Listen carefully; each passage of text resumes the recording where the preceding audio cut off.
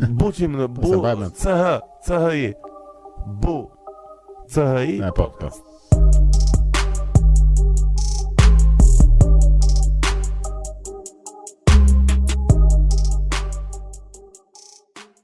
Mirë se më erdhe. Blan. Nëse gjera. Shefi që ja dolëm të bëjmë këtë podcast.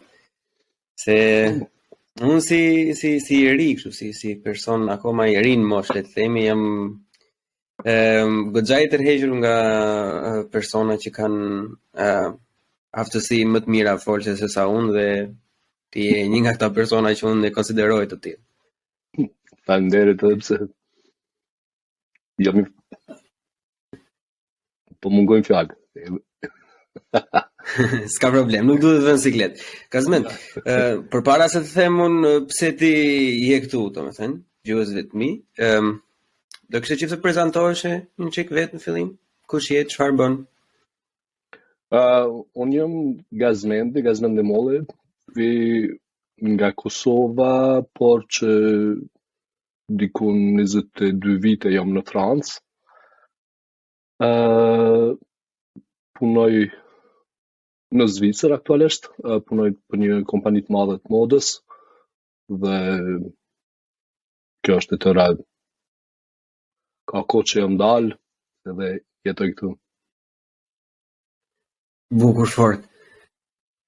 Po, si vete dikush, domethënë, një person që punon në mod, unë po e trajtoj në anën pak më të paditur, siç mund ta trajtojnë masa, domethënë, si mundet që një person që mëson që punon në mod, domethënë, të ketë interes kaq shumë të madh, domethënë, në temat që ne diskutojmë në Twitter.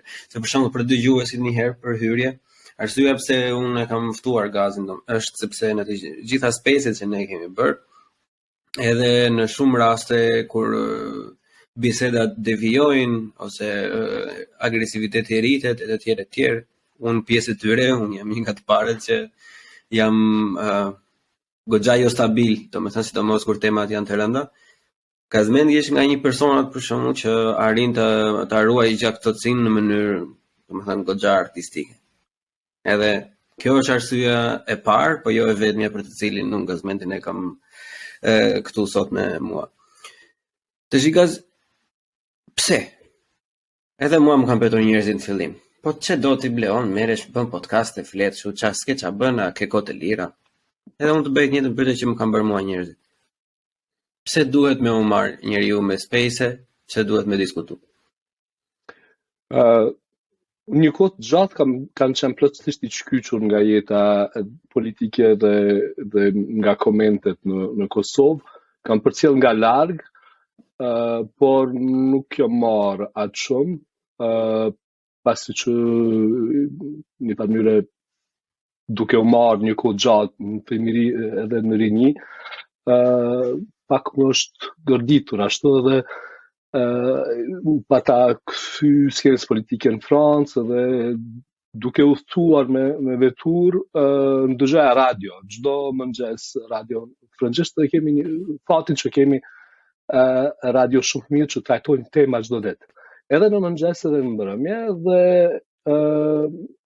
ai modeli i diskutimit, domethënë gjitha temat që kanë mujtë mu diskutu nga perspektiva franceze për elementin francez, më kanë bërë përshtypje dhe në para një viti ose dy, ashtu një vit e gjys, motra më tha, po pse more nuk mirësh edhe pak nuk përfshihesh në debatin ton, tash po, shishon, unë dhe më njeh pak, unë nuk jam shumë konsensual, nuk rreshtohem shumë lehtë. Unë e them ato që mendoj dhe mendoja që mos për ju pengoj atyre në përditshmërinë e tyre me ndonjë pozicionim. Grahe se nuk e kemi problem, nuk është problem, njerëzit me kohë të njohin edhe të marrin ashtu siç je, nuk ke nevojë të mbrohesh. Dhe më pëlqeu, pastaj duke filluar diskutimet, më pëlqeu edhe fillova pak më shumë me u kyç. pse kyçem se kjo është një kritikë edhe që me bën nganjëherë domethënë kritika e gjithologut, si është e mundshme që në çdo temë. Shone I kam gati 48 vite, I kum lexuar në ashti 4800 libra, nuk e di sa, domethënë kam jetuar në shumë vende, edhe kam punuar, kam përvojë gjatë pune, dhe nëse nuk kam opinion gati për secilën temë, domethënë një farë jeta ime pas ka qenë hoç. Është normal që dikush në këtë mosh dhe nëse ka qenë I interesuar politikisht të ketë një huri, sa do pak të ketë një opinion dhe të mundohet ta shpreh. Dhe kështu erdhe, unë kam qenë shumë aktiv, jo në politikë, por në aktivizëm, kur kam qenë fort I ri, por pastaj ashtu ndodhi, dola kave. Dhe kësaj. Këto fillimet, domethënë, duket sidomos në shoqërinë shqiptare, domethënë se janë fillimet njëjta, janë në rastet e pakta, siç është rasti jot ku personat e tjerë të shtyn, të tërheqin në këto lloj temash sepse I mendojnë se do jesh një personazh I mirë, një karakter I mirë për dëgjuesit. Është vetë personi në të rasti që je pak I ndroqur në fillim, që jo po s'dua të prish punë, jo se kështu, jo se ashtu, kurse në shumica e rasteve janë siç ka qenë dhe rasti im, domethënë që shumica është thjesht e kam pasur atë përshtypjen ose e kam pasur intencionin vetëm me të neguar në fillim që pse mos e bëj, mos harxho kohë kot, ose gjërat e tilla për shkakun që s'ka përfitim.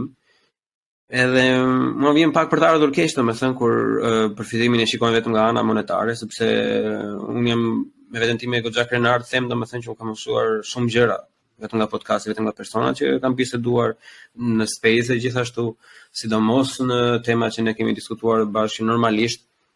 Në shumicën e kohës kanë qenë tema shoqërore, të nisura nga ngjarje të ndryshme, të mira apo të këqija, por edhe gjeopolitike, pasi normalisht jemi pjesëtar të njëjtit kom.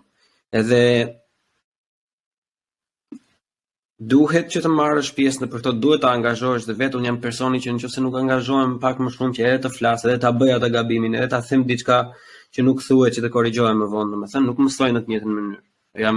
Mësoj më thjesht kur interagoj vetë, kur jam pjesë e të gjithës vetë. Shumë persona këtë e kanë shumë problem, domethënë. Unë mendoj ta shes të gjë të mirë. Unë personalisht mendoj se është vërtet mirë të përzihesh me njerëzit, sepse nuk ka ndonjë humbje, nga çdo kush mund të mësosh, minimumi nga çdo kush mund të mësosh edhe më shumë se aq. Por këtë pjesën e gjitha logut që ti përmend, kam hasur dhe unë deri në një farë pike, por ndryshe nga ti për shembull, unë nuk e kam lexuar as libra, nuk e kam atë njohuri, edhe më pëlqen pyetjet e gjithësishme. Më pëlqen të jem pjesë e debateve kudo të mundet. Edhe nuk është se më vjen kështu turp të bërë në një pyetje që mund të quhet pyetje e pa vend ose pyetje e dobët, e kupton? Përderisa unë po bëj atë pyetje, domethënë që për mua është diçka e paqartë, edhe nëse është për mua diçka e paqartë, minimumi edhe për një tjetër është e paqartë. Kështu që sigurisht, normalisht gjithë secila ndihmon njëra tjetrën. Po, duhet dhënë mendimin edhe me I shtru pyetjet që na shqetësojnë neve, sepse ato I pyetje I dim ne. Nga njëherë duhet dhënë shtru opinionin dhe dhënë mendimin edhe për çështje që njerëzit nuk mendojnë se janë çështje. Por me kohë ndoshta dikush fillon edhe ai të mendoj që ndoshta është edhe kjo interesante dhe e rëndësishme. Shumë shpesh unë mendoj që zgjidhjet e problemeve të përditshme nuk janë të gjitha zgjidhje epokale, që ka bëdhjone diçka shumë, që marrin shumë angazhim. Shumë shpesh zgjidhjet janë një shtyrje pak matutje e një çështje, një shtyrje këndeje një çështje tjetër, dhe duhet pas, unë ku të jam është ardhmëria edhe sidomos ardhmëria e trinjve. Unë mendoj që ka mjafta të tillë që mendojnë për të kaluarën se si është bërë. Unë mjaft di edhe për të kaluarën, por mendoj që duhet të jemi ta orientojmë diskutimin dhe debatin për një të ardhme të afërt, të mesme, të largët, edhe nganjëherë nuk është e lehtë njerëzit të dalin nga ato shablonet e mendimeve se siç thurën në opinion publik dhe të mendojnë pak më ndryshe dhe ndoshta aty që ka. Ka ndonjë zgjidhje të re dhe po ndëgjoj. Jo, po ndëgjoj. Okej. Jo, është e drejta, edhe unë kam vëre, unë kam qenë pjesë e të njëjtës gjë edhe vet janë disa tema, për shembull që unë kam shumë të vështirë ti lëshoj, kam shumë të vështirë ti lë në të shkuarën, edhe sa më të pa mbyllura të jenë ato probleme, sa më ekzistenciale të jenë, domethënë aq më vështirë bëhet për mua personalisht të anashkaloj diçka dhe të jetë syt nga ardhmja. Edhe ma mënyrë kështu është për një pjesë të madhe të shoqërisë. Kjo që thua ti është absolutisht e drejtë, por e di kur kam për shembull një diçka që nuk e kuptoj vetë personalisht është që ku e tërheqim vijën. Domethënë, cilat debate lihen për të shkuarën, që për hir të së ardhmes, që të kemi një të ardhme të shëndetshme, me të rinj të shëndetshëm, dhe cilat nga ato bisedat të shkuarës duhen vazhduar akoma, sepse janë ekzistenciale, domethënë. Ajo ky kufiri nuk e kam shumë qartë. Jo, kufiri nuk është e qartë, dhe vërtet nuk është se duhet të ketë ndonjë kufi të caktuar.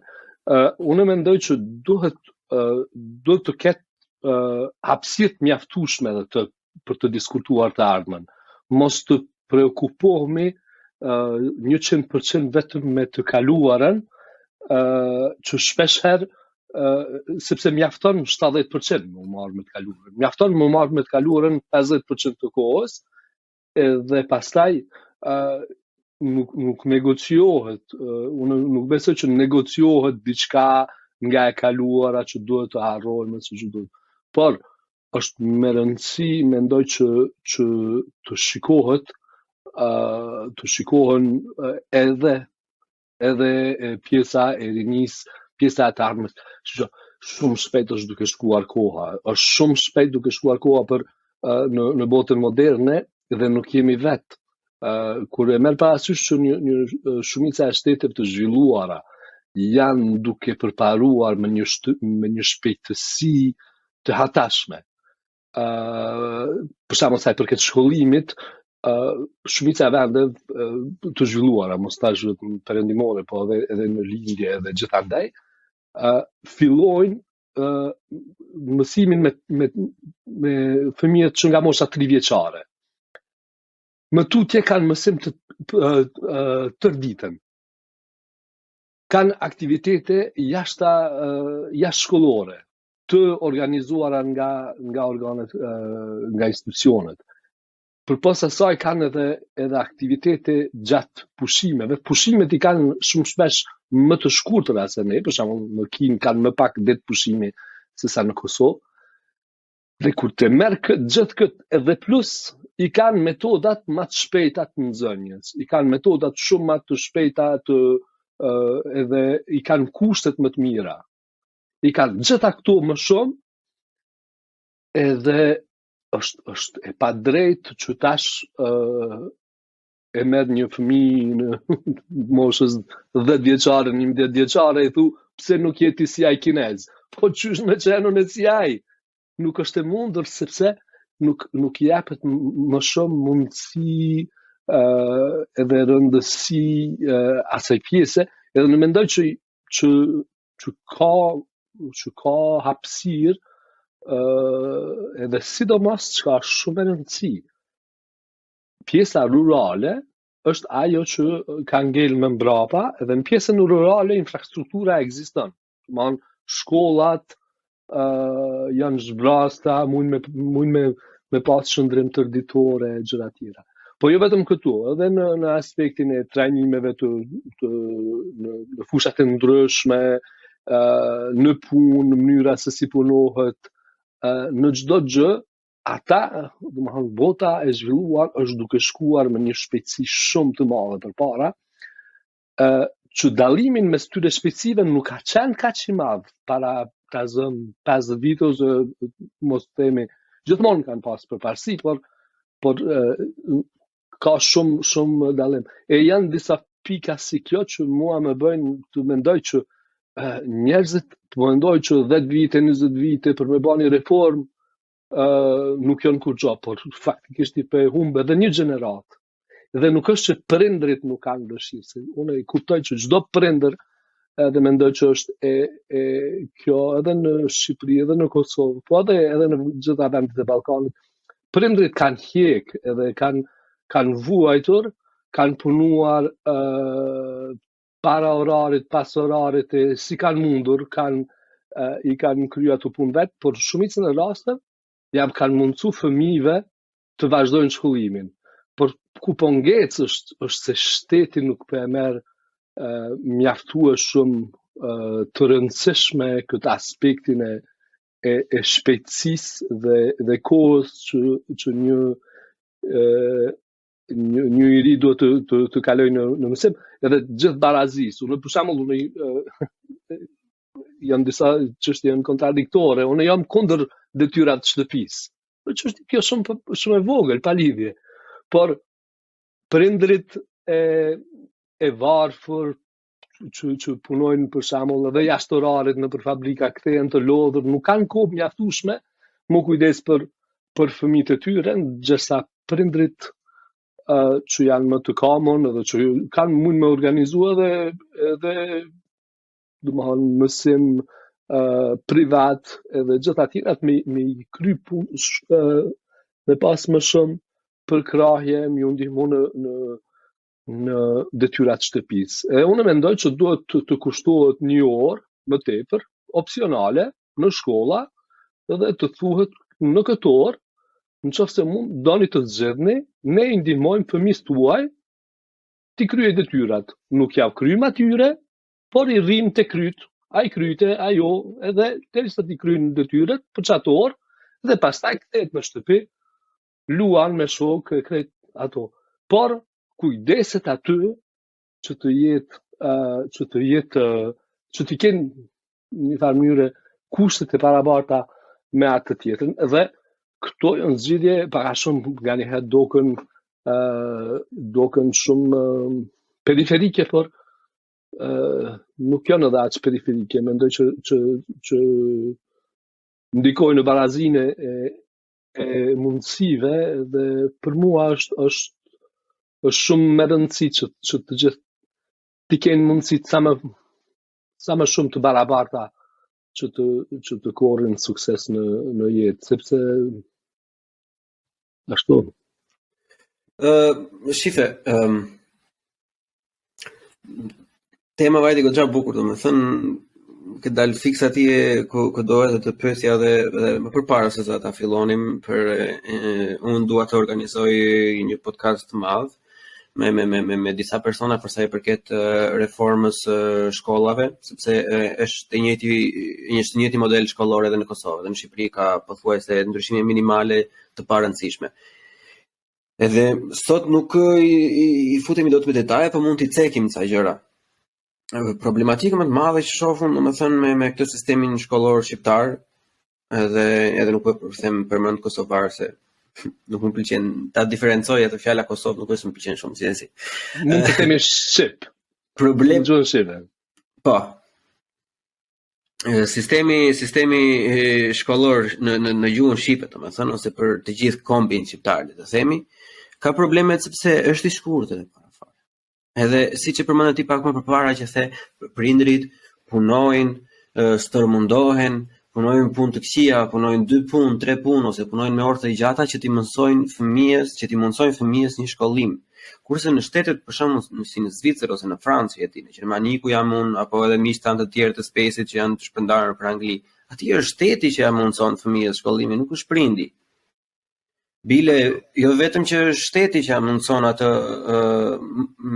shkollimin e plot, do të thënë, por edhe shkolla vetë zgjat, është ai orari i klasik anglez për shembull që është 9 me 4:30, që gjatë kohës kur prindi është në punë, sepse normalisht shumica e personave domethënë punojnë në punë që janë 8 orarëshe, 9 orarëshe, 10 orarëshe.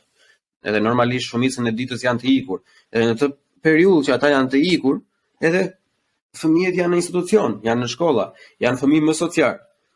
Kjo është lidhur drejt për drejt me agresivitetin që kemi. Ne si shqiptarë jemi persona aktivisht apo pasivisht, nuk ka rëndësi, po jemi persona agresiv. Edhe kjo lidhet edhe me faktin e socializimit, me përzierjen me njerëz të tjerë, me sa kohë shpenzojnë fëmijët me njerëz të tjerë, që nuk janë gjithmonë mami dhe babi që do ja japi atë lodrën, që do ja japi atë çokoladën mos të qajit, domethënë. Duhet të mësojnë edhe të bien ndesh me njëri tjetrin që kur janë të vegjël. Kjo mungon në Shqipëri. Që nga Covidi për shembull në shumicat e shkollave të Tiranës, një kuriozitet është akoma po bëhen me orë të shkurtra. Fëmijët i çojnë në 8, në 11:30 mbarojnë shkollën. Kjo është katastrofë.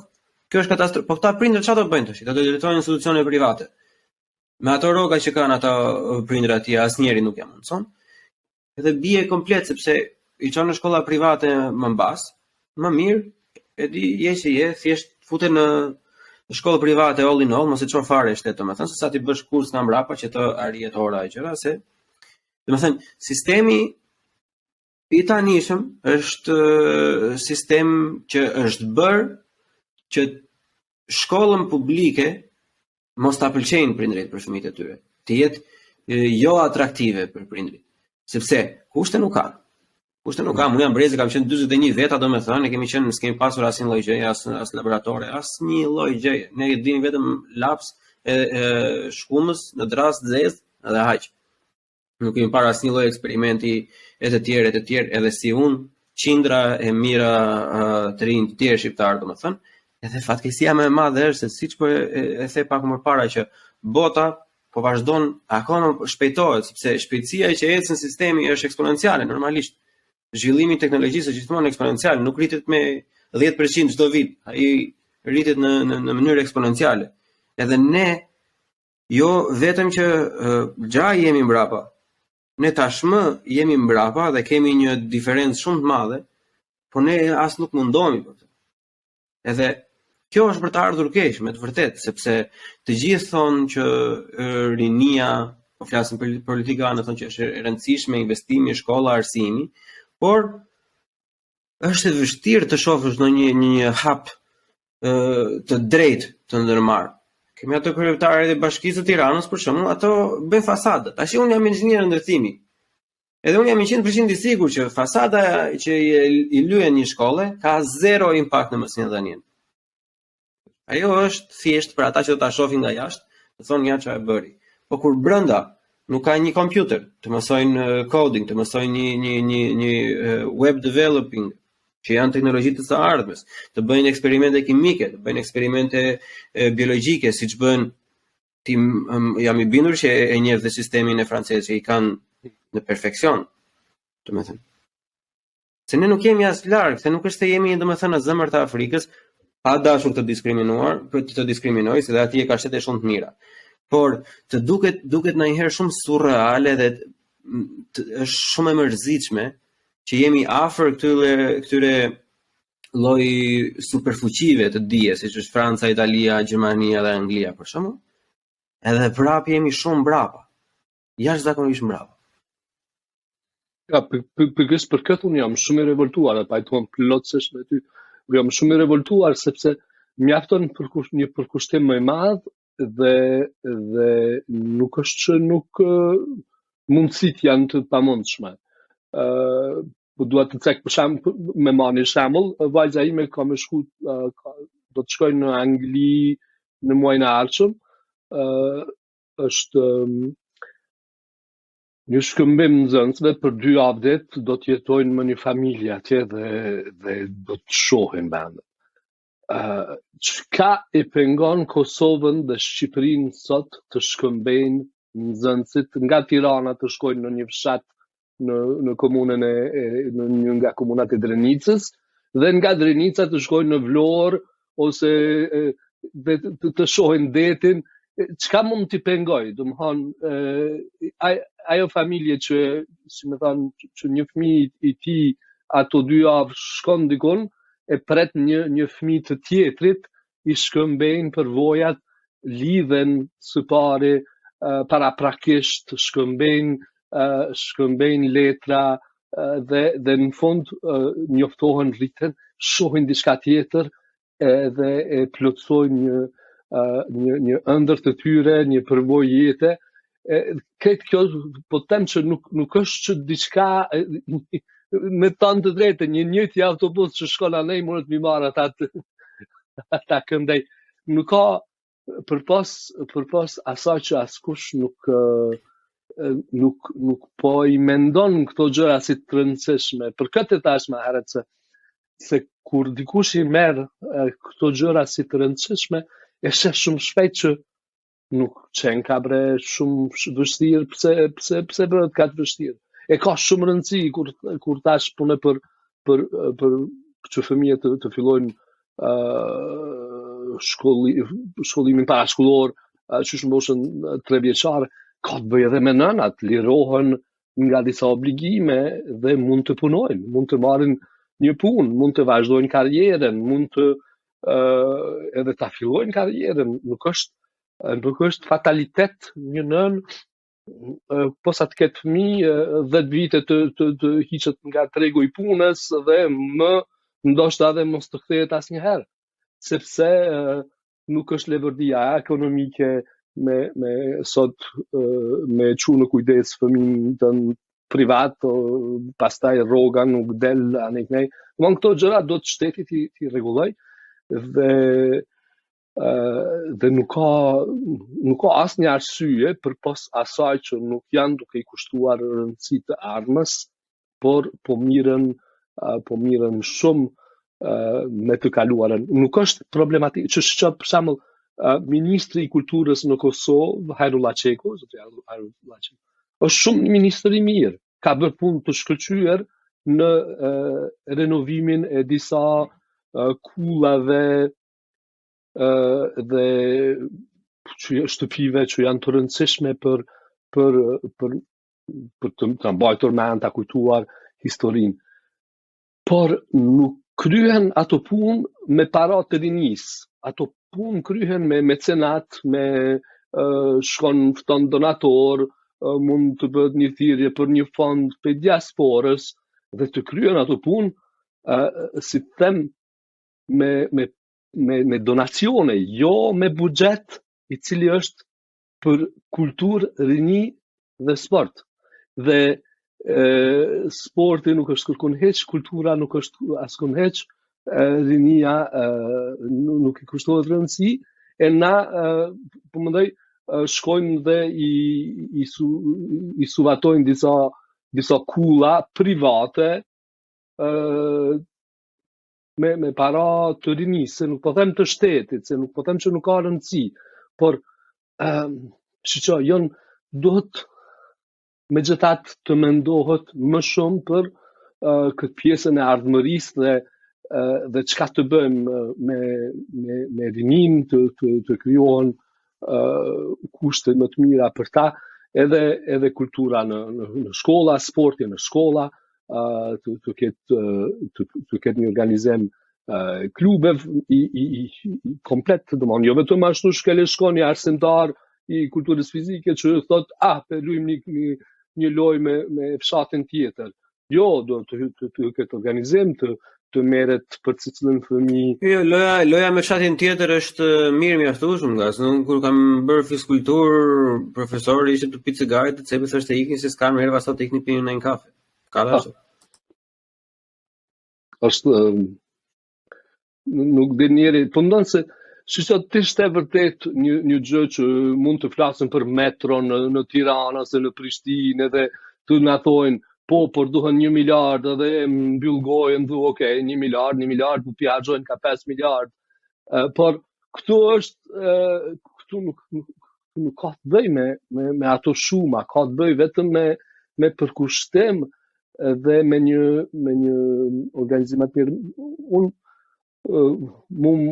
më prekin shumë këto çështjet e barazisë shoqërore dhe sociale dhe të drejtave dhe mundësive të barabarta, sepse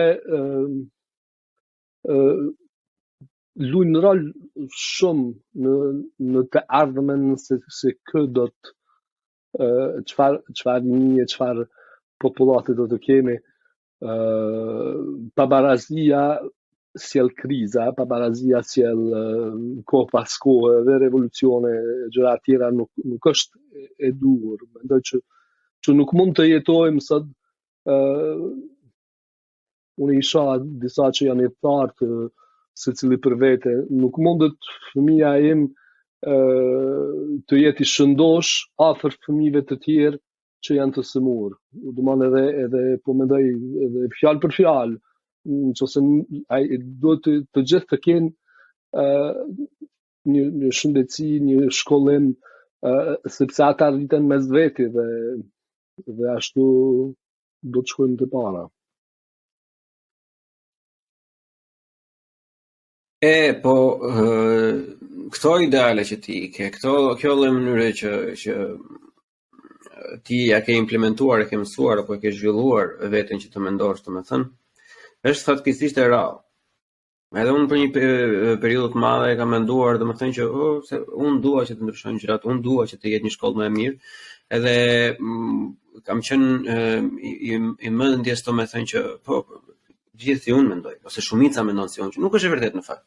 Edhe nuk është e vërtetë jo për arsye të këqija, jo se njerëzit nuk i intereson. Pjesa dërmuese nuk e kanë atë lloj luksi që të mendojnë atë gjë. Domethënë, nuk e kanë kohën e lirë, ose nuk e kanë atë hapësirën si të kohës, si financiare, si të stresit, që të fillojnë të mendojnë për tema të tilla. Edhe siç e përmendëm më përpara me lekët e rinisme dhe të tjera, domethënë politikanët shqiptar bëjnë edhe evente, domethënë festa me lekët e shkollave e të tjerë, që është për mendimin tim budallaleja numër 1, sepse me ato lekë ti duhet vetëm të investos, asnjë gjë tjetër.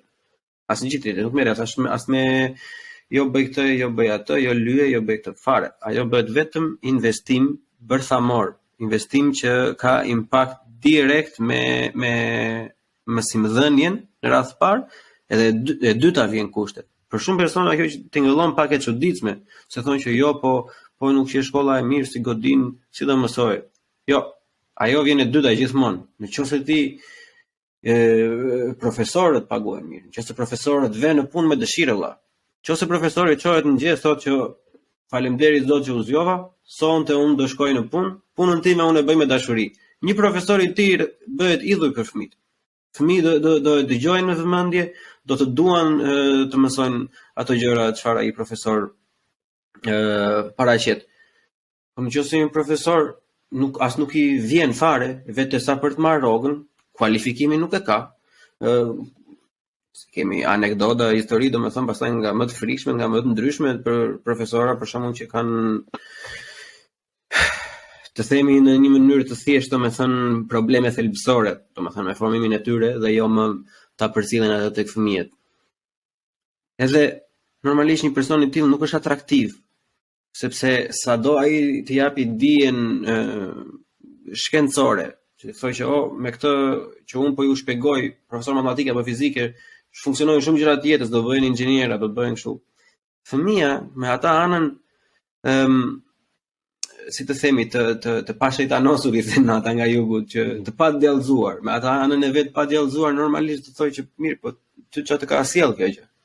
Edhe fëmia, si i pa djallëzuar që është, drejt ka. Sepse ne nëse nuk i ngrejmë këta që kanë mësuar, nëse këta që po vërtet po japin atë dijen më mbrapa, nëse këta nuk jetojnë mirë, si funksionon kjo për logjikën e fëmijës? Thoj që vëllai, po ti mësove edhe e ke jetën tënde mizerabël, domethënë, kurse ata që shesin kokainë janë me makina, pse do të dëgjoj ty unë ajo atë? Se s'bën sens. Se fëmia nuk do hyj tash të bëj moralin, jo kush është e mira, kush është e keqja, ajo i serviret. Është shumë e thjeshta ta nxjerrësh nga shinat.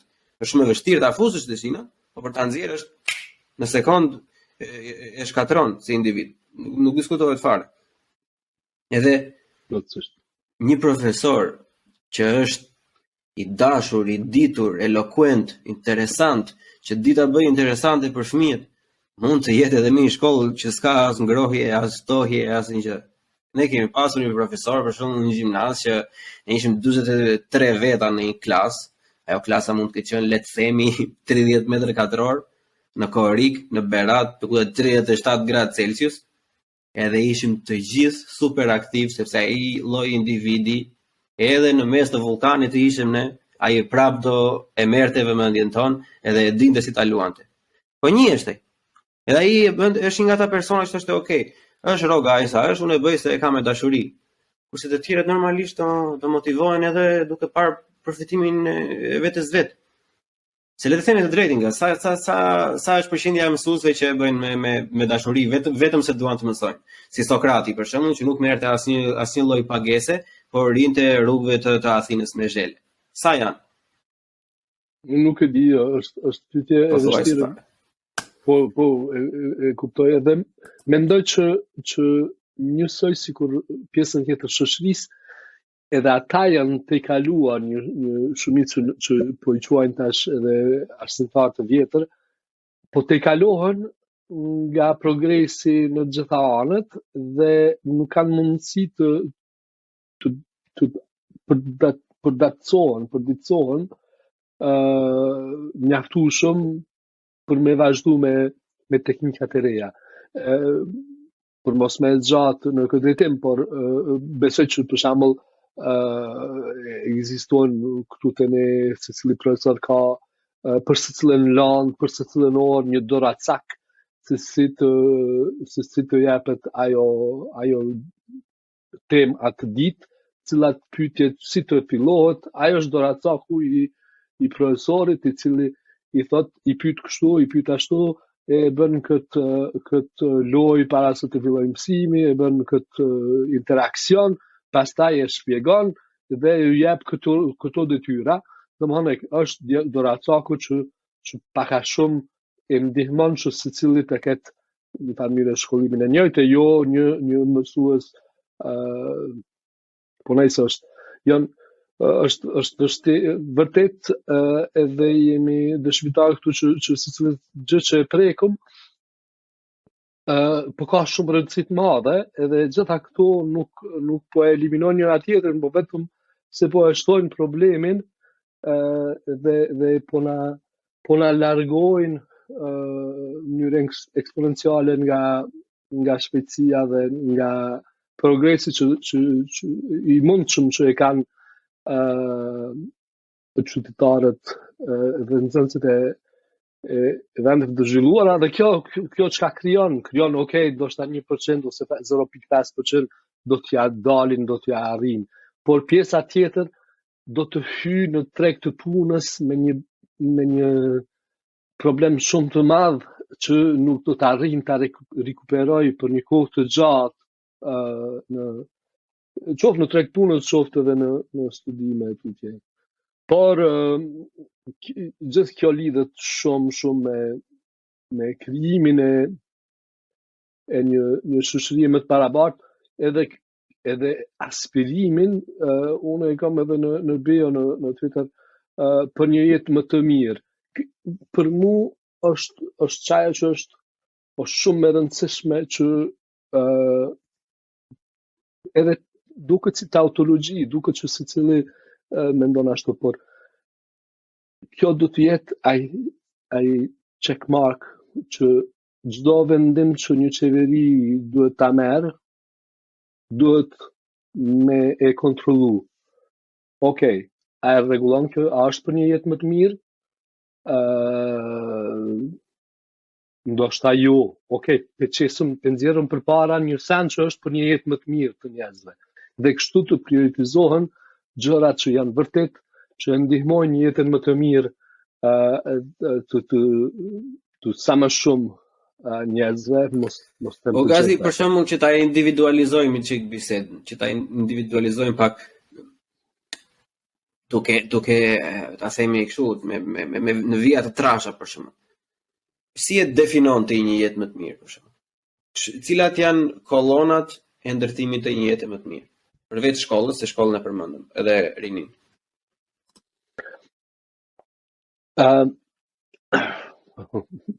Shumë pyetje me vend dhe me rend. Nuk është parja. Mendoj që është një ndër faktorët që e ndihmon një jetë më të mirë, por unë gjithmonë tentoj ta lë në fund. Mendoj që interaksioni me njerëz është me rëndësi, krijimi dhe çka e mundson më shumëti është krijimi i sa më shumë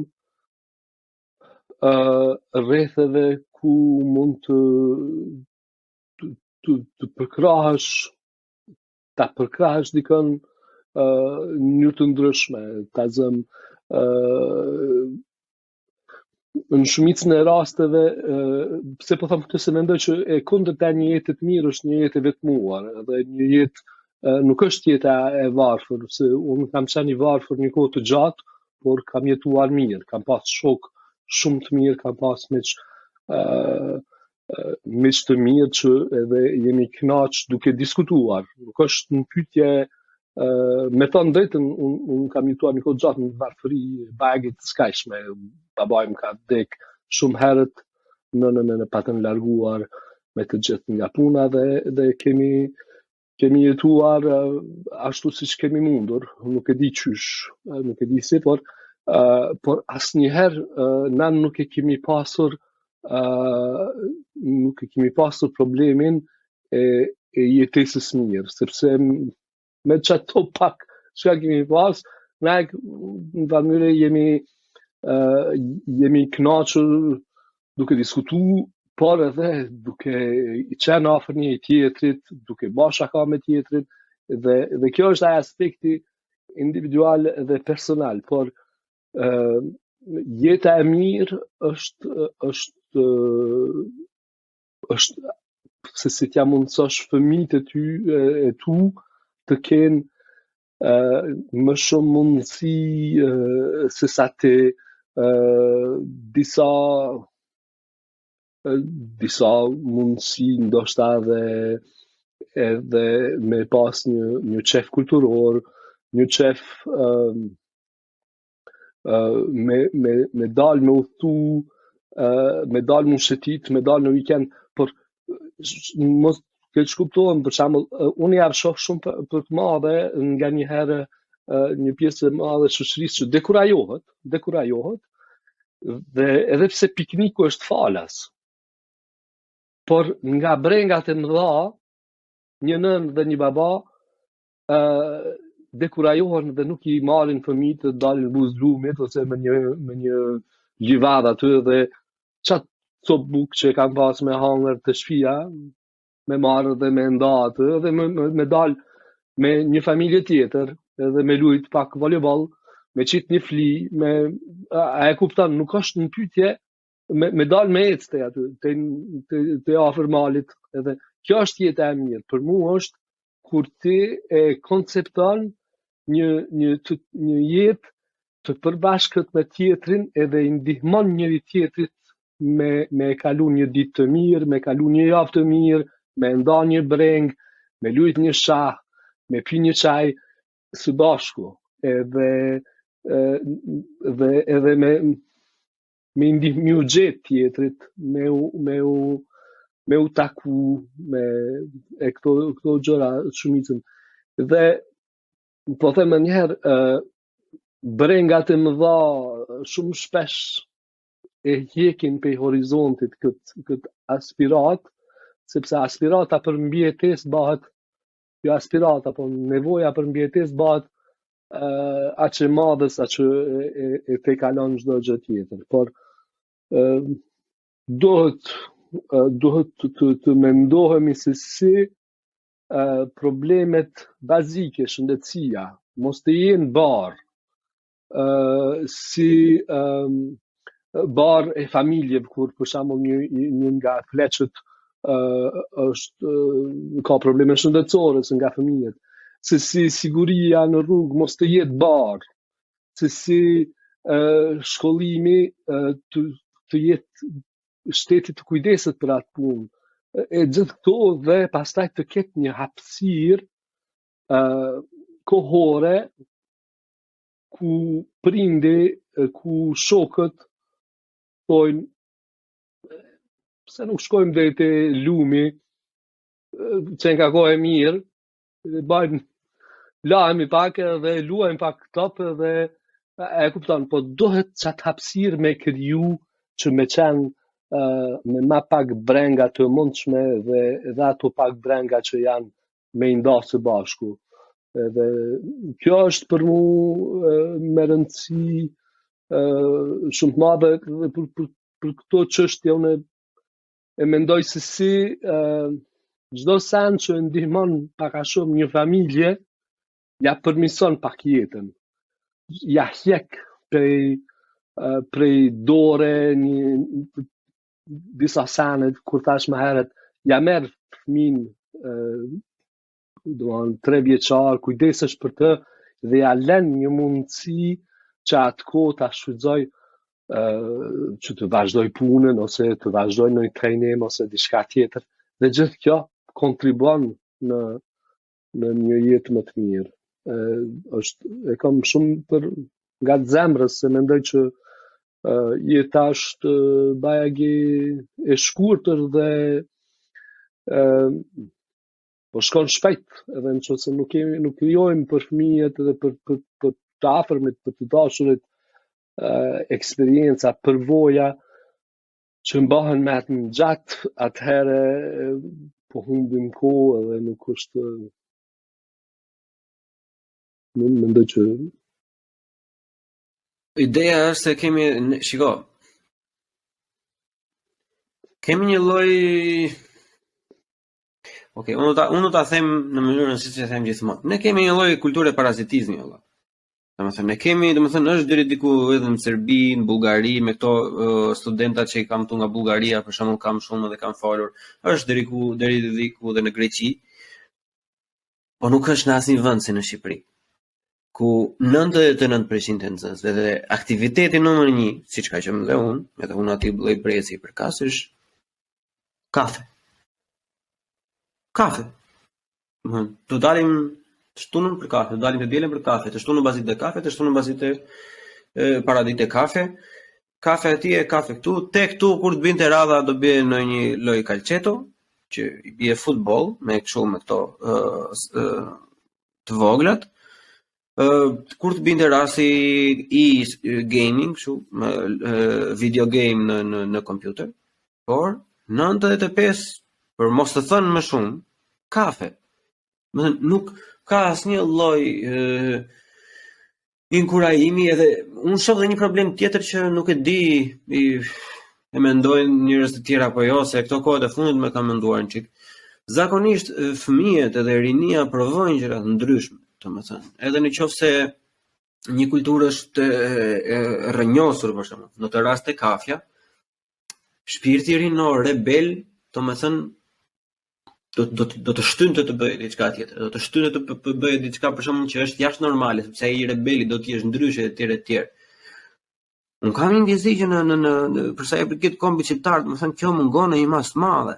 Mungon në një masë të madhe sepse shumica e duan atë kafën, e duan atë klubin, e duan atë të rinë të pinë shisha, domethënë edhe në shumë pak vende, edhe vende që nga shumica konsiderohen si hipi apo hipster apo vende koti në Tiranë për shembull, edhe në bare normalisht kur janë edhe për më të rritur, jo vetëm për fëmijë, por kur janë edhe për të rritur ka filluar të futen lojra tavoline, siç është shau, dam, letra etj.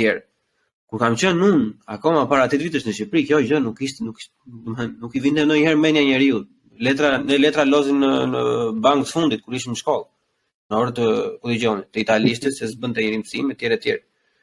Nuk e kishim marrë me mendje mund të ikim në një lokal, domethënë, maksimumi të Lotto e Lagjës etj. Gjëra të tilla për shkakun që duket sikur janë banale, duket ndonjëherë sikur unë egzagjeroj, po ky ka qenë realiteti dhe është realiteti një pjesë të madhe shumë, domethënë. Edhe normalisht unë s'kam qenë një zbulues vet, nuk është se unë kam pasur 100 ide.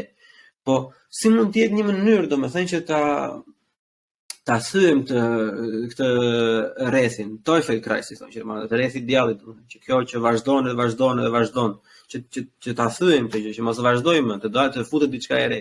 Çfarë do bëjmë? është simptom edhe një farë lloj klanizimi që ekziston qysh nga fëmijëria dhe është ose jemi ne ose jemi ata. Dhe nuk lën hapësirë shumë të madhe që njerëzit të jenë pak më të lirë që të shkojnë, unë e quj që teorinë e rretheve që e kam për qefi që e mendoj, është se nëse tazëm je 18 vjeçar ose 20 vjeçar, s'ka më pasysh. E ke një rreth ngushtë të shokëve, e ke një rreth tjetër të shokëve të shkollës fillore, e ke një rreth me ata që shkon lunë calcetto ose futboll ose basketball, e ke një rreth tjetër që mundesh me shku me ta në kazam e ki disa shok me të cilët diskuton për kinema dhe shkon me kinema her pas here. Kjo është dalja, nëse këta njerëz janë të gjithë të ndryshëm, ti pasurohesh çdo herë dhe pasuron secilin grup me përvoja të tjerë, edhe me spoti tjera, edhe me terma tjerë që i përdor, edhe gjuha pasurohet edhe gjithçka. Kur një grup i vogël mbetet i unisuar dhe nuk ndryshon, tazëm janë 3 shok të ngushtë dhe kur nuk rrin me tjetër kanë përpos ata 3, ai grup bëhet shumë i rand. Unë them ai guri që peshon tepër rand vend dhe është shumë vështirë edhe të hysh edhe të dalësh, edhe kjo krijon dhe është kulturë të ne pak a shumë kjo që vërtet ti takosh një grupi dhe ti takosh me gjithë pjesën tënde. Mendoj që krijimi është tribalizëm. Është tribalizëm, ti themi çka është, por krijimi i hapësirave jashtë tazëm i klubeve sportive në shkolla, i aktivitetet ndryshme kulturore, i këtyre gjërave që janë të duket që nuk është me rëndësi thelbësore për shoqërinë, por është sepse thyn këtë tribalizmin, sepse ti thua atij grupit po shkoj sot kinema, ta thonë unë nuk e kam për çep, edhe ti e gjen një shok tjetër dhe ko pas kohë, nuk është të thënë që me thy krejt ato. E diversifikon jetën, edhe kështu kur i shetim në Gjermani, kur i sheh secili e ka pasionin e vet, dhe pse janë pjesë një shoqëri, por e kanë një pasion. Njëri lun basketball, e ka një grup me basketball, tjetri ka pasion futbollit dhe pastaj kur gjenden bashk janë edhe më të hapur ndaj të huajit, janë më të hapur ndaj tjetrit, edhe me thonë edhe më të hapur ndaj një tjetrit, edhe si pasojë më të duhur, sepse mendoj që kjo forma ekstreme toksike është pikërisht ajo që ai tribalizmi për të cilën mburren shumë shpesh shqiptarët, kudo që janë, që ajo qëndruarit besnik ndaj një tjetrit, dhe unë nuk them që duhet tratuar larg qoftë, por vetëm them sado që tjetë e mundshme me u diversifiku nga pak rrethi, me pas disa rrethe, një mu marrë dhe pak ma shumë me familje, një tjetër me me një grup tjetër. Kështu unë mendoj që e them pak sepse këto gjëra dhe angazhojnë rrethet kulturore, sportive, çfarë do qofshin ato, mund me qenë edhe fan club i diçkajt ose me qenë një rreth literar ose çka do të tjetë. Unë i kisha këshillu gjithë ata që dëshirojnë me ndëgju që pa humbur kohë të gjejnë kohë të angazhohen në një hobi të cilin i pëlqejnë ose një aktivitet dhe të miren me atë çështje në mënyrë ciklike, domethënë një herë në çdo 2 javë ose në të japë me një grup të tjetër njerëzish, edhe kështu pak a shumë jetesa bëhet ma e lehtë për mendimin tim, bëhet ma e lehtë sepse edhe krijohet edhe vjeti edhe kohë pas kohe të gjindën ata persona ose ju gjindesh. Unë kam shumë shokë dhe gjithka, jo që jam shumë aktiv, por vërtet e kam parë që përvojat e tjerëve, sidomos kur janë të ndryshme, janë qaq frymëzuese dhe qaq ta lehtësojnë shumë sanë që ti ke mendu që është e pamundshme, e që ai tjetri e ka gjetë zgjidhjen, e ka bë. Edhe Ai ka bërë shumë bukur gazment edhe unë e kam ndjer pak edhe në temat që ne kemi diskutuar, domethënë nuk e di nëse ti e ke vënë në mënyrë aktive apo pasive që për këtë gjë që sapo the tani, për përvojat e të tjerëve, se si mëson ti nga përvojat e të tjerëve. Unë i përkas grupit njerëzve ose i përkas asaj lloje mendësie që mendoj se mund të mësojmë nga dikush tjetër, nga gabimet e dikujt tjetri, nga eksperjenca e dikujt tjetri, ku dëgjon, e tjerë, po që ka lidhje me një person tjetër që ti mund ta marrësh nga duke e vëzhguar, por mund ta marrësh edhe nëse ai person ndan atë eksperiencën me ty. Është një pjesë shumë e madhe e njerëzish që nuk besojnë te kjo. Është një pjesë shumë e madhe e njerëzit që janë solo në jetë, që thonë që jo, nuk mëson asnjëherë nga tjetri, të thojë çdo lloj gjë që duhesh ta provosh vetë. Kjo është për mendimin tim një lloj mënyre mendësie shumë fatkeqe se ty të izolon edhe të bën që mos të besosh më me asnjë gjë tjetër përveç se vetes tënde, edhe me doj mos do e kesh më shumë të vështirë. Personat që e kanë aftësinë të mësojnë nga gabimet e tjetrit apo nga tregimet apo nga eksperiencat, i cilësoj edhe deri diku më të zgjuar. Se e kanë kapacitetin me analizu diçka pa e djegur vetë dorën, e kupton? Se bie që se duhet ta futet dorën te zjarri që zjarri ta provosh zjarri është i nxehtë. Sepse ti deri tani s'e ke futur ndonjëherë, vetëm njerëzit ta kanë thënë që zjarri është i nxehtë. Edhe kjo është një fatkeqësi për shkak, është besimi në shoqëri, besimi tek njëri tjetri, domethënë. Kjo ndarja është unë e shoh sigurisht më poshtë se sa ka qenë ndonjëherë më përpara gjatë gjithë kohës, domethënë. Ka shumë pak besim tek njëri tjetri, është gjatë gjithë kohës është individualizuar njeriu jashtëzakonisht shumë. Jo se është gjë e keqe. Se normalisht që unë të bëj diçka të mirë për ty deri në një farë pikë do të jem mirë vetë. Unë do të kem gjërat në rregull vetë, që normalisht ta ndaj atë eksperiencë me ty ose të ndihmoj ty me një lloj problemi.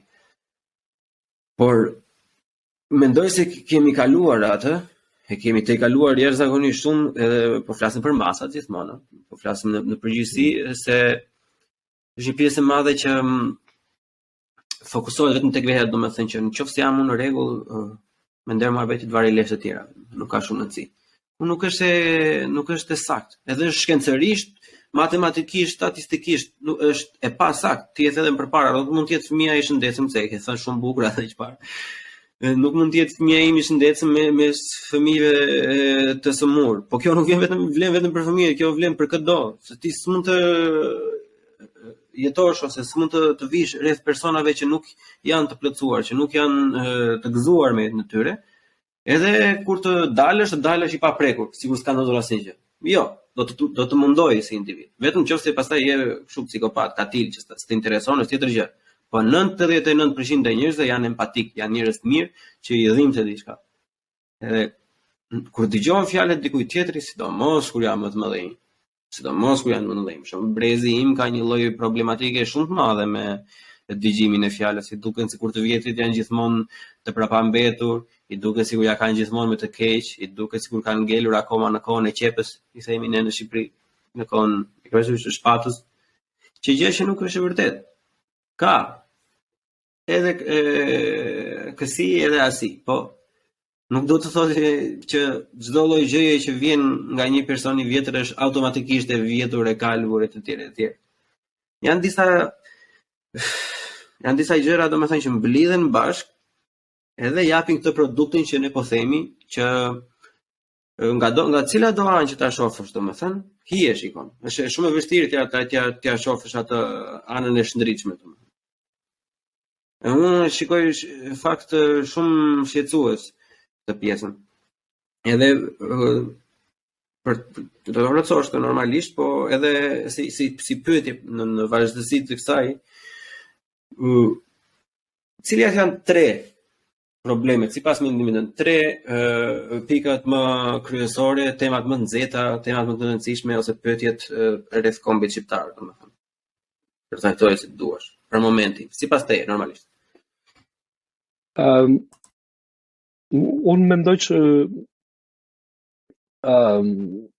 kombi shqiptar ka pas një bifurkim në një të kaluar për shkak ndarjes fizike dhe ndarjes ideologjike dhe gjitha që kanë ndodhur, edhe mes atyre që janë mbetur në Kosovë, por edhe mes atyre që janë në diasporë dhe atyre që janë në Shqipëri. Por gjitha këto dallime janë duke u shuar dhe është duke u formësuar një bashkëpunim i cili mund të krijojë frute sa më të mira. Ndaj aspekti kulturor, letrar, arsimor është dëm sot që nuk përdoret mjaftueshëm një treg unik i librit, një treg unik sepse ashtu e kërkojnë njerëzit, domethënë edhe sot nuk e ki disa shtëpi botuese në Prishtinë, disa shtëpi botuese. Pastaj librat ndoshta çarkullojnë, por nuk ka kurfar kuptimi me pas me qenë këto të ndara. Edhe kjo kish mujt me shku drejt me shpi drejt një formësimi më të madh të kombit, shkollimi unik, domethënë është gjuhë shqipe, shkolla shqipe, për mua duhet të ishte edhe me të njëjtin program dhe krijon gjuha e formëson, rinin e formëson atë që mund të thum ata, ne, dhe nuk do të kishte më ne dhe ata, por do të kishte jemi ne. Dhe kjo është një pikë shumë e rëndësishme. Problemet që mund të dalin është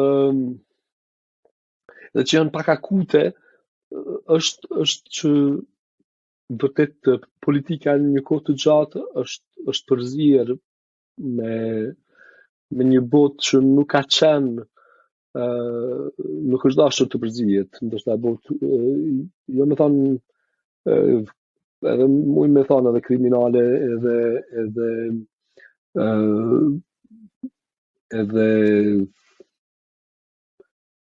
e pandershme, dhe nuk janë shiku interesat e vërtet po them të popullit të kombit si dojmë ta quajmë, duhet si komb për të bërë komb i fuqishëm, duhet të kemi ndoshta një gjenerat të re të presish partijaku, jo vetëm partijaku, mundoj shoqëror, që njerëzit më shumë të angazhohen në politike dhe më shumë të miren me ato që se si ta për mua është më rëndësishme të kriju një kom evropian. Jo në atë kuptimin evropian të evropianizuar, por në atë kuptimin evropian që të jemi një kom që e ka vërtet kujdesin ndaj fëmijës, kujdesin ndaj të moshuarit në zemër të tij. Domethënë nuk duhet të jetë kjo një çështje periferike. Dhe kur kjo të bëhet, kur të arrihen këto gjëra, pastaj kombi, populli i mbron, edhe për t'i mbrojtur bashkohet. Kur të arrin për shembull një të drejtë të një sistem shëndetësor në nivel e tutje. Çdo kush do dëshiron ta thyejë atë sistem shëndetësor, populli do del në rrugë që ta mbrojë. Por sot nuk i kemi të arritura, edhe aspiratat nuk po arrin politikanët të na i thuajnë që të jemi bashkë që t'i mbrojmë. Nuk po dalin me ide progresive. Po du me marrë shembullin në Francë, për shembull sa herë që një arritur sociale vihet në dyshim, i gjithë populli bëhet komb. Edhe del në rrugë, edhe mbron se thojnë kjo është çka na bën neve francez. Dhe po du të them që edhe kombi shqiptar, pikat që i bashkon edhe që i bën bashk këtë popull duhet të jenë të arriturat sociale, duhet të jetë një jetë më e mirë për një jetë më e mirë për më të moshuarit, dhe kur kjo na bashkon, ky qëllim që ta kemi një synim të krijojmë një rini të shëndetshme, kjo është mendoj një formë e mirë e të bërit bashk. Nuk besoj që atë shumë në ato që kombet i krijojnë prisit e të kaluarës. Isha diskutonim në Space, dhe për atë që neve mund të jetë një lider, sado që ndoshta të gjithë nuk e kanë dashur, për dikën tjetër nuk është dhe fillon e shanë. Domthon liderët dhe të kaluarit nganjëherë krijojnë më shumë ndasi se sa që krijojnë një bashkim. Kështu që është për mua kombin do ta forcoj dhe do ta forcoj dhe do ta frymëzoj një aspirat për vërtet që këtë vend ta ngrisim në një nivel ku të gjithë do të jetojnë më mirë. Edhe nuk ka asnjë arsye pse të mos jetojnë më mirë, është klima më e mirë që ekziston në botë, ndoshta në Shqipëri, në Kosovë, janë kushtet, si më thonë, afërsia në qendër të krejt botës, dhe nuk ka hapësirë mos me pas shpresë që këtu mund të bëhet vërtet një diçka shumë e madhe, shumë e mirë. Edhe kjo aspirat mendoj e formëson më shumë një komb se sa e kaluara, sepse e kaluara nuk është shumë shpesh e ndritshme, edhe unë më shumë unë i respektoj të gjithë edhe i nderoj dhe i përkujtoj të gjithë baballarët dhe nënat e kombit, por jetoj më shumë për që vërtet i kemi disa aspirata të përbashkët, një jetë më të mirë, edhe këto të na formësojnë bashkësinë. Po sepse dhe ata që kanë luftuar për atë punë kanë luftuar. Unë e kuptoj, shiko, është kjo tendenca gjithmonë, domethënë që po do I kujtojmë, do thënë po na kanë bërë kështu, na kanë bërë ashtu, ka ndodhur kjo, ka ndodhur ajo. Po, mund ta mendojmë këtë në gjithë kohës. Edhe unë e mendoj. Gjithë secili e mendon se është dhimbshme, është luftë, është humbje jetësh, janë njerëz që janë të pagjetur. Normalisht. Por duhet të perceptohet edhe fakti që këto të gjitha gjërat kanë ndodhur, jo që ti të kesh mendjen tek ato që kanë ndodhur, por kanë ndodhur që ti të krijosh diçka më të bukur në të ardhmen. Eksaktësisht. Nëse ata dhanë jetën për shembull që ne tani të flasim shqip bashkë, të diskutojmë këto lloj tema, ne mbase s'do japim jetën, po do japim ku dëgjon një fjalë, një fjali, një ndjenjë, një shikim, një buzëqeshje, sa do çfarë lloj gjëje të vogël, domethënë që të bësh diçka për tjetrin.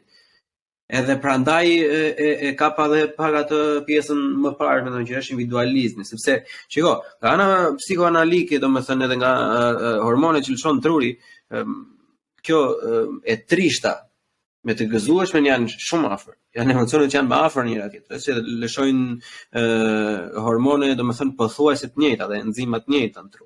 Edhe normalisht krijon dhe një varësi kjo. Edhe un jam goxha patriot, ndonjëherë akuzohem edhe për nacionalist për shembull, por nuk jam me atë faktin që duhet të jetojmë të kaluarën. Nuk jeton në robi në të kaluarën.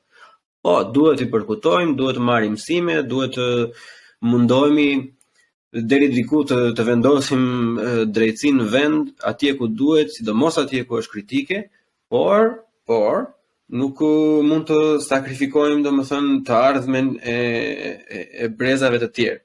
Sepse kjo momenti, kjo 10 vite, 26 jam tani, po këto 70 vite, po themi në rastin normal, 75 vite, mosha mesatare në Shqipëri, aty duhet të jetë, që do jetoj unë, janë të papërfillshme fare kur e mendon se sa brezave do vinë më pas. Edhe duhet të jesh vërtet shumë cinike dhe shumë egoista, marrësh veten aq seriozisht, domethënë që vetëm ti jesh personi që ja kalon mirë. Është e padrejtë. Gjithmonë duhet të lidhet gjithmonë me pjesën që çfarë do lësh mbrapa, çfarë është trashëgimia, sepse e dim që trashëgimia e vërtet domethënë është një fëmijë, nëse s'është fëmia, është komuniteti, është gjithçka që ti bën në këtë botë, domethënë sepse ato të tuat janë thjesht personale dhe shumicën e gjërave, sidomos kur je izoluar si individ, vetëm ti do e dish, apo korrigjon nëse jam gabim. Çdo lloj gjëje që ti ja kalon bukur, nëse ti nuk e ndan me asnjëri, ato do humbin përgjithmonë kur ti dhe unë të vdesim, apo? Po, humbin. Është edhe humbin edhe me njëherë, gjërat që nuk I ndajmë, edhe të mirat që nuk I ndajmë, po dhe të këqijat do të konsultohemi me të tjerët, edhe unë nuk kam shumë problem edhe vuajtjen, mendoj që edhe vuajtja është një aspekt që është I dobishëm për formësimin e qoftë një njeri, qoftë një kombi, një organizate, çka do është e nevojshme, është sikur shija e ata që janë mësuar të pinë kafen me sheqer, kur kalojnë edhe pinë kafen pa sheqer, pastaj nuk mund të pinë me sheqer, sepse ju do është Më bën reaksion direkt, unë s'mundem më përzihet. Edhe për këtë arsye mendoj që këta këto që I ndajmë, edhe që I lejmë disa punë ti bëjmë bashk, sepse është më lehtë. Dhe për ato punë që I lejmë ti bëjmë bashk, kujdesemi njësoj sikur për punët që I bëjmë për veten tonë, atëherë është arrim të bëjmë diçka dhe mendoj që unë kam besim shumë të madh te rinia dhe kjo gjenerata e re e të rinjve, edhe pse në shikim të parë nuk nganjëherë mendojmë që nuk janë të kujdesshëm dhe nuk janë mjaft të informuar për disa gjëra që neve na bëjnë më shumë përshtypje, por kur diskuton e sheh nganjëherë që janë aty, nuk është që kanë ikur, nga gjitha që na shqetëson edhe neve. Për këtë arsye mendoj që do të punojmë me ta më shumë dhe të përfitojmë edhe ne edhe kjo elementi generacional që ndoshta po kthejmë pak, por është interesant që mu arbëri më pyeti dje, arbëri në djalë më pyeti dje, po ti po përcjell shumë njerëz në Twitter, unë faktikisht përcjell shumë të rinj në Twitter sepse më duket që e thith atë jo edhe trendin, por edhe fillin e diskutimit, edhe brengen, edhe e sheh përmes tyre se çka është duke ndodhur në shoqëri dhe për shumë gjëra, nëse do të kishte diskutim do intergeneracional, siç po flas unë jam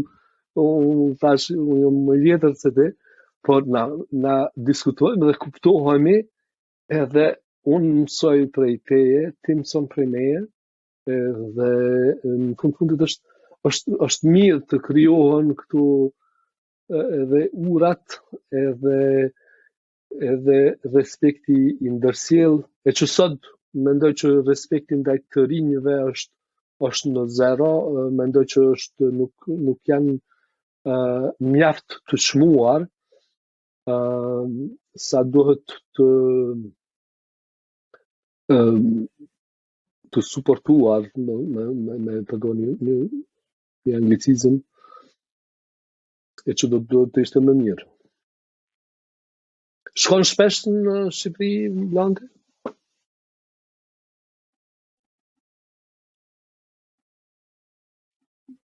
Shife, unë në fakt e kam pasur një çik këtë rrugtimin tim këtu disi problematike dhe me disa malore ndryshme, domethënë, edhe mesatarja e të shkuarit në Shqipëri ka qenë 2 herë në vit, edhe jo për periudha të gjata, që nuk është gjë e mirë. Dhe përmendur dhe fakti, domethënë, që unë vi nga një familje punëtore, nuk është se jemi në gjendje të mirë ekonomikisht. Është pothuajse afërsisht me atë që theti vetë çfarë për veten tënde, domethënë. Për disa njerëz, për shembull, në familjen nga vi unë, më duket e varfër, por mua nuk më ka munguar asnjëherë asnjë gjë. Kjo e përmbledh domethënë si arritur unë, domethënë, mbase nuk kemi pasur ku dëgjon makina apo veshje firmato Nike dreshi, po ama e kemi pasur gjithmonë shtëpi plot, kemi pasur gjithmonë frigoriferat plot, kemi pasur për të veshur, për të ngjeshur, kputuc gjitha, çdo lloj gjë, domethënë ka qenë on point. Kështu që atëherë normalisht se kam qenë dhe unë fëmijë për shembull më ikte dhe mua truri kur shikoja të tjerët që bën një shpenzonin lekë dhe telefona etj. Por kur rritesh, kur kalon ca kohë, kur fillova pastaj që e nxjerr dhe lekun vet që punon edhe bën, pastaj vjen ai pjesa që shiko, dalë se edhe ai shkesh nuk e pas kam patur.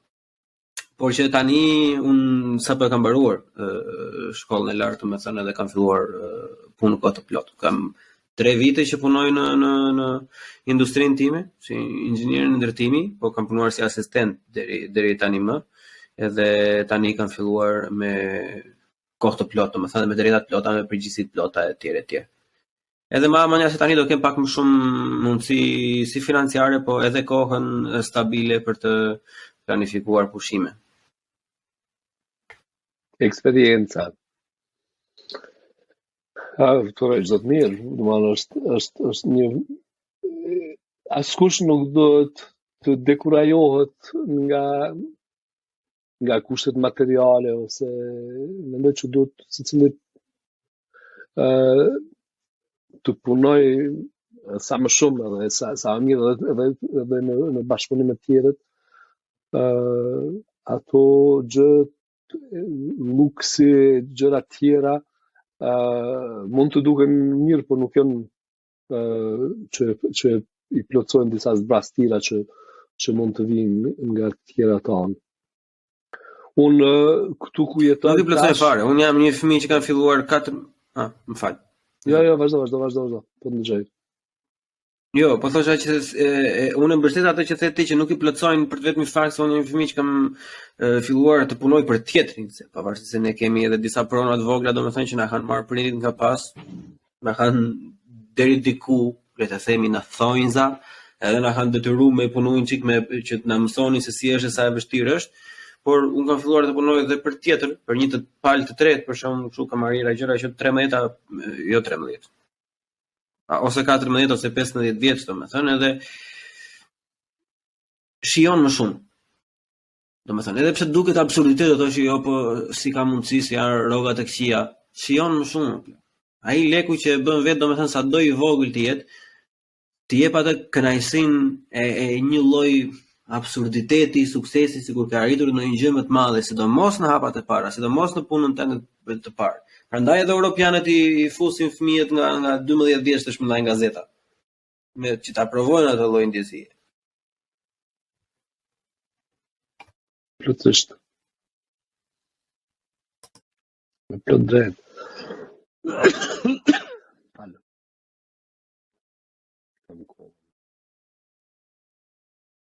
Okej, Bleon. A kemi Po, ka se edhe shiko, unë me ty, domethënë më pëlqen jashtëzakonisht shumë të bisedojmë bashkë dhe mund të jemi edhe 4 orë, po unë po mundohem që mos I zgjas shumë të bisedat sepse e kanë votuar tek podcasti që I preferojnë nga 1 orë deri në 1 orë e gjysmë, kështu që ne jemi në golden point, jemi në pikën e artë të podcastit. Ta mbyllim me një gjë kështu të lezetshme, domethënë, koc, unë jam kuriozitet se jam fan si ushqimeve. Cili është ushqimi jot I preferuar? unë si më thanë më duket që më së shpeshti kur kam mosatir shumë të rënd, kam qef me bërë një tornado Rossini, sepse është pak arkitektural. Ki një copë mishi që zakonisht nuk është shumë e madhe, po është e prem një medaljon ashtu më I trash, dhe e ki një foie gras ose mushkëri rose si e quani, dhe këtë kur I fërgon ato, më në fund e pre një copë buke po ashtu të trash edhe e fërgon. Dhe tash I ngrit ato, si më thonë, 1 mbi 1, edhe në pjatë duket lezetshëm, dhe në fund e merr pak porto edhe e qet në tigan për me deglazu dhe me bën një sos ashtu për mi.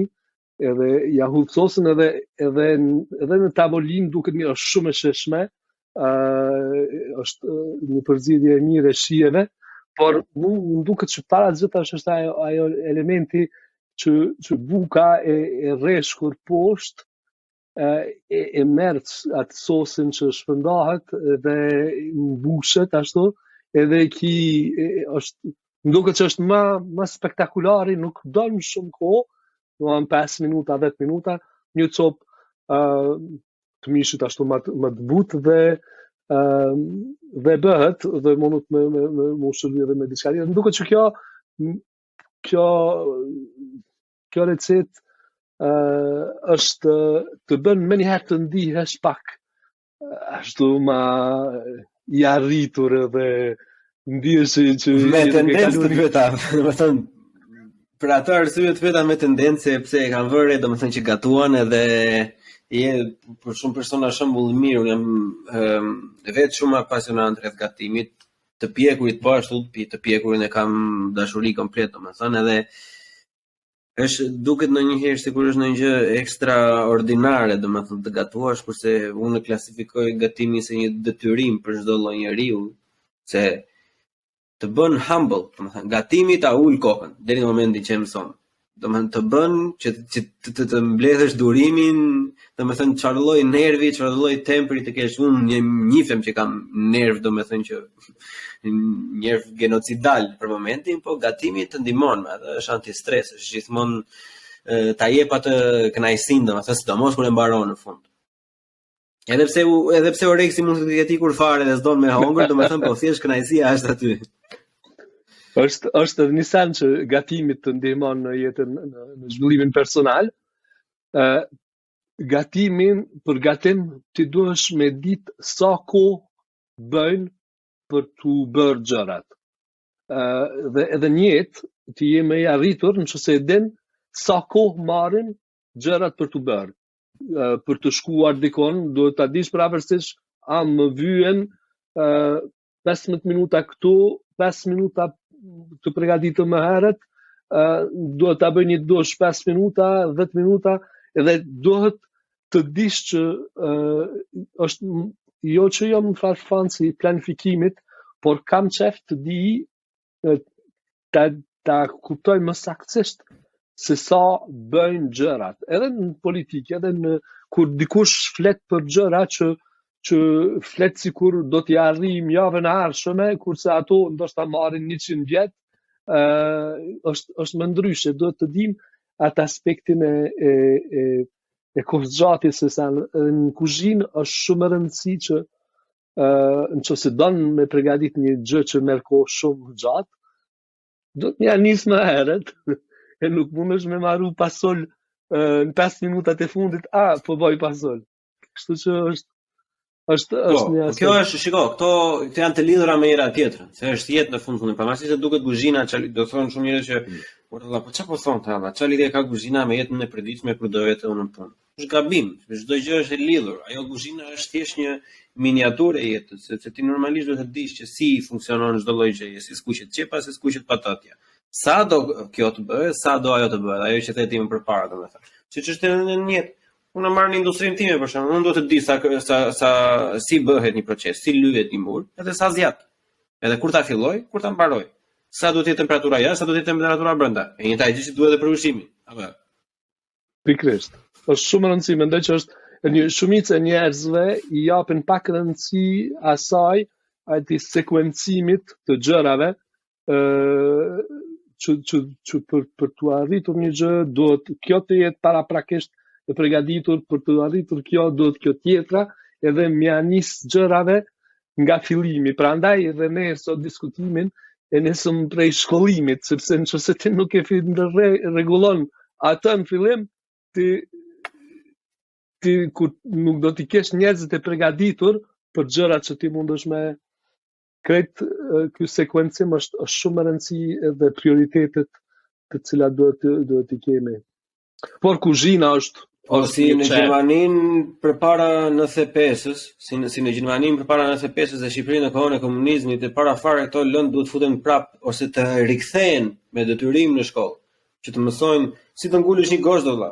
Por mua ma shpi fakti që sa numër i madh i meshkujve që unë i njoh, këtu nuk din të ngulin një gosht. Unë më ka rënë rasti thonë marrim telefonin e elektricitit për të ndryshuar llampa. Po kjo është e papranueshme. Unë vjen keq. E papranueshme edhe për mua.